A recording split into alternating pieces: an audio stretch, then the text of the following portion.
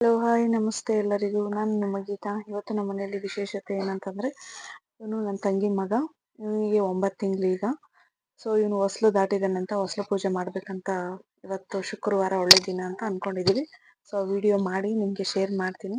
ಹಾಗೆ ವಿಡಿಯೋ ಪೂರ್ತಿ ನೋಡಾದ್ಮೇಲೆ ನಮ್ಮ ಪಾಪುಗೆ ಬ್ಲೆಸ್ ಮಾಡಿ. Hi hi.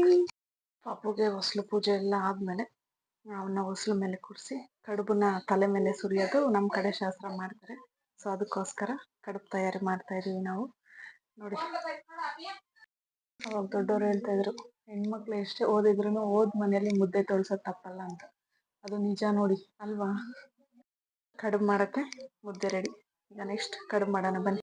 ಇದು ಪಾಪುಗೆ ತಲೆ ಮೇಲೆ ಹಾಕೋದಕ್ಕಷ್ಟೇ ಅಲ್ವಾ, ಅದಕ್ಕೆ ಚಿಕ್ಕ ಚಿಕ್ಕದಾಗಿ ಉಂಡೆ ಮಾಡಿಕೊಂಡು ಈ ಥರ ಕವರಲ್ಲಿಟ್ಟು ಒಂದು ಚಿಕ್ಕ ಪ್ಲೇಟ್ ತಗೊಂಡು ಪ್ರೆಸ್ ಮಾಡಿ ಈ ಥರ.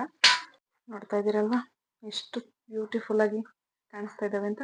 ಈಗ ಕಡುಬು ರೆಡಿ ಆಯಿತು. ನೆಕ್ಸ್ಟ್ ಪೂಜೆ ರೆಡಿ. ಹೂವು, ಹಣ್ಣು, ಕಾಯಿ, ತೆಂಗಿನಕಾಯಿ, ಕಡುಬು. ಇನ್ನು ನಮ್ಮ ಪಾಪು ಬರೋದೆ ತಡ.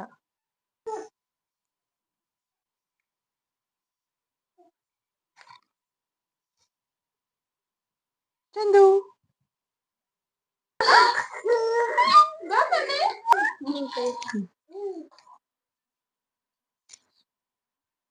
ಒಬ್ರ ನೋಡಿದ್ರಲ್ವಾ ನಮ್ಮ ಪಾಪು ಹೊಸಲು ಪೂಜೆ ನಮ್ಮ ಮನೇಲಿ ಸಿಂಪಲ್ ಆಗಿ ನಡೆಸಿದೀವಿ.